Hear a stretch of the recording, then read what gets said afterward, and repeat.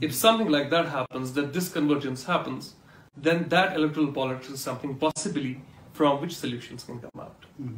So my point there was, let me just finish. My point there was that I agree with this. I agree with you on that point. That yes, if we have a politics here, which is an alternative vision of politics, whereby the people who have been elected, they also represent the aspirations, I think that will be a very good thing for the Kashmir to begin with. But given the power dynamics in this region, and especially how India and Pakistan have also treated Kashmir and the Kashmir problem and their approach to Kashmir problem, in 1987 everybody knows what happened. The elections were rigged, and how hopeful are you that kind of politics will be allowed by both New Delhi and Islamabad? So basically I was telling you it was more like a theatrical construct. We were trying to, I do not claim to be an intellectual, but then as somebody who is a student and who has some sort of a connection with the youngsters at least, we believe that we need to challenge people with new ideas. So there was nothing wrong in challenging people with the idea that something which has happened in 1987, that model is something which can possibly help us in reimagining the entire electoral politics idea. I do not mean that as politicians will it be tomorrow practicable to do it, but it is something which we can theorize about, something which we can at least imagine. Shah Faesal, when you cracked the civil service examinations, you topped the exam and it created a sensation. Yes. You became famous. You also became controversial. Exactly. You went to Harvard. Yeah. You became famous and controversies kind of followed you. Yeah. Do controversies chase you or you choose controversies? Basically, I think whenever you talk something which is a little bit deviating from the kind of line which we are expected to take, so then you say, oh, this guy is controversial. I have been possibly speaking on issues which I am not authorized to speak. I agree that at times the kind of imagination which we have of a civil servant, the social media takes rules. The kind of stereotype which we have created of a civil servant is somebody who's very quiet, is very detached, is somebody who's very indifferent to larger happenings in the society. He's not supposed to talk about issues.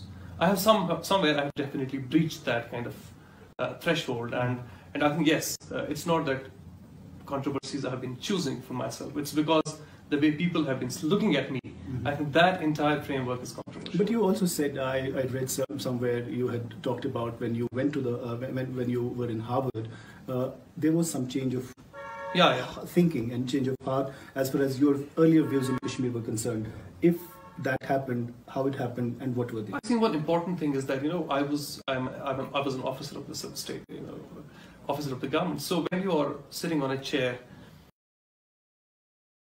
it's a very statist view of things. It's from the eyes of the state, eyes of the government. So if you have to look at the stone pelter, you have to look at the militant, you have to look at the political mobilizer, you look at it from a security angle. So once I went to the Harvard University and I got an opportunity to detach myself from whatever was happening on the ground, and I could take possibly a more academic, a more research-oriented, a more neutral, more impartial view of things. And I think that made me real, and also because I got an opportunity to read about movements, resistance movements, public movements, around the globe, politics of the world. So I think that somehow made me understand that the kind of viewpoint which I was having about issues, that viewpoint was not final. There was definitely a lot that could be corrected there. Mr. Faesal, you also composed a tweet. You tweeted on what was happening in mainland India, especially with regards to mob lynching. Yeah. And that particular tweet, wherein you used the word perhaps lynchistan or something else, rapistan, and that became very controversial. And there was some explanation sought from you. Explain the journey, the trajectory, and what kind of changes as a civil servant who is used to have an opinion, who is very opinionated, unlike other civil servants who do not talk about issues. What kind of a challenge was for you? I think every civil servant has to choose his battles. I think I have also picked my battles carefully. When it comes to talking about the lynchings and lynch mob culture in the mainland India, it has been something which has actually very much disturbed me in the last couple of years. Because you cannot imagine 200 million people. 200 million people, can you imagine? 200 million people, they're feeling getting marginalized and a certain kind of a systematic violence being perpetrated against them. As a civil servant who, I may not necessarily relate myself with them, but it's how the system relates me with others. So I may not necessarily look at myself as a Muslim officer, but I have seen that the system sees me as a Muslim officer. So it's important for me actually to relate to the sufferings and the pain of the larger community. And I think when lynchings happened, this did create a lot of stress, a lot of disappointment in me about the way things were happening, about the way things were being responded to. And I think that tweet was a result of that frustration which was inside me as an officer. Because as a member of the government, it was not possible for me possibly to do something more about it.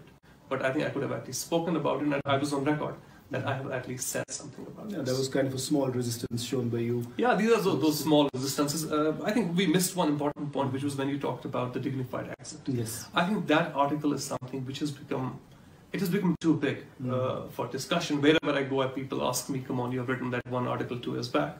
One interesting thing happened is that when I wrote that article, there was a media house in Kashmir, personal level, they wrote an article on the article. So if you look at the line which is being very often quoted, which I said that Kashmir is safe with blah blah blah, that line is not there in my article. I have not said it. Okay. Yeah. So my article was basically in the nature of an inquiry. So let's ask questions about what we are doing. Are we good with A? Are we good with B? If we want to achieve this, then why are we thinking about A, B, C, and D? So that was in the nature of an introspection. That I was not making any allusions to anything at all. And if you read the article really, you'll see that people just focused on the last para. And you also asked me the question about the last para. Yeah. You know, in Kashmir, we have lots, unfortunately or fortunately, people talk about things in very black and white manner. Exactly. And there are, very few people who actually understand the nuances or talk, or at least ready to, appreciate the shades of grey. Exactly. But my question again is what I read from your Facebook post a day before, and that was that some people actually maybe trolled you, or you described them as a set of people who are custodians of a sentiment, and whatever they said on the Facebook or Twitter on social media spaces, that actually made again a change of heart in you. So, but the question from common people is Shah Faesal that fragile that somebody will write a Facebook commentary and he will change his plans? You have been a doctor, you are a civil servant until right now, and you will be an aspiring politician. How do you explain this, that you could be so fragile? It's not basically about being fickle or basically changing opinions off and on. It's about challenging a certain opinion, creating a new idea, and expecting a certain reaction to that idea. For the last 10 years, I think I'm very much used to a lot of trolling. I've become very habitual of taking abuse on social media, and actually I may be one of the very few people. I tell them that if there is free speech anywhere on social media, it's on my wall, because you can come and abuse me, critique me, say anything to me. I don't really mind. I don't block people. I have not blocked anybody. You can see the kind of abuse which I get. So when we wrote this, but you also get a lot of support. A lot of support as well. That's why it doesn't matter to me. So when basically this article was discussed, and two scholars from AMU wrote a very good piece, very good response to that article, which is actually the idea which we had. To have a conversation. Yeah, to have a conversation, to have an engagement with others. But then, because this idea was propounding something which was actually going to be very path-breaking, it was a climb down from me. It was not a climb down from Habu Maktoumi, because he still believes in that right, electoral politics is not a solution. Yeah, it was for me that possibly I need to reimagine my politics if I want to come into politics someday. But when we saw the kind of responses which we had, it made me realize that maybe the time is not right yet for this idea to flourish. So if there are alternative ideas with me, I can go and do that. It's not a change of heart. When it comes to Kashmir, people either become prisoners of history. People quote from centuries, 400 years, or 1931 or 47 onwards. But a lot of people also talk about the path ahead for Kashmir as a collective. But what is the path ahead for Shah Faesal as an individual also? I told you that, which I wrote in a social media post also, that I have been a man from the system. And once you associate yourself with the system, people will always associate you with the system. It becomes very hard for us to then kind of dissociate. Dissociate and to go for some other thing. What happened in my case is that I see myself as a part of the system. People say that there are no solutions possible within the system, but I still believe that suppose tomorrow if I get an opportunity to represent Kashmiri somewhere, it brings in a certain amount of legitimacy to what you're saying. I wish one day when I spoke at Harvard recently, I have told them not to share that speech with people, but one day when it actually will be shared, I'm sure people will be shocked in a very positive sense. And tomorrow, as a representative, when I go there again and I speak, suppose you go there and somebody speaks in Parliament, I think it makes a lot of sense when you have a representative nature and you talk from a position of legitimacy, that you're saying something. That your power comes from the people. Yeah, it comes from the people. Then what matters is that you need to be truthful. So my problem till now has been that we believe that the way politics has been conducted in our state, that politics has not been based on truth. We have not been representing people correctly. We have been saying that it's an issue of jobs, it's an issue of development, it's an issue of roads. Yeah, when actually it's not that. It's a political issue. It's a historical. There's a history to it. There's a memory to it. There's a culture to it. So we cannot. Memory is a weapon. Yeah, it's a weapon, and we cannot possibly undermine those things and represent people in a very incorrect way, and then still expect that people will be accepting you. But how do you challenge the critiques, or how do you counter critiques who would say that all the mainstream politicians, especially the two regional parties, or the third one now, which has emerged, PC, they're all representatives of Delhi in Kashmir. They represent Delhi in Kashmir and not the other way around. They do not represent Kashmir in Delhi. So how would you? I think if I ever have an opportunity of going into that field, honestly speaking, it will be like, let's be honest with the people. And what are the risks? What are the losses that you expect? The losses are that you might actually be losing your chair. But somebody who's willing to, so be it's okay for me. So I think this politics is presently fit for a very massive disruption. There has been a disruption in technology, disruption in media, disruption in social media. I think our politics needs a disruption. And very honestly, myself, I believe that I really want to do it. Because I am somebody who I think can take those risks and try my best at least to represent people correctly if I get an opportunity ever. So Shah Faesal is a risk-proof individual. Not risk-proof exactly. We all have our families, we all have our concerns, our insecurities. But somewhere I feel that because this is for the people, because this is legitimacy and you're doing a very honest act, I think that risk is worth taking. How do you see when, for example, a 15-year-old or a 20-year-old boy from Kashmir, South Kashmir or North Kashmir or central part of Kashmir, life for a sentiment? And I have heard even mainstream politicians say this, that the only sincerity which is kind of prevalent in Kashmir comes from that individual who is willing to sacrifice his life for something he believes in. And how would you address those concerns that we are losing boys as young as 15, 20, 25 in their prime of youth, in impressionable age? How do you address that? So imagine the level of commitment, as you're very correctly saying. This is a level of commitment that this youngster has towards a certain cause. Now, this commitment cannot be purchased. This is not something which you can introduce in a person by giving him money.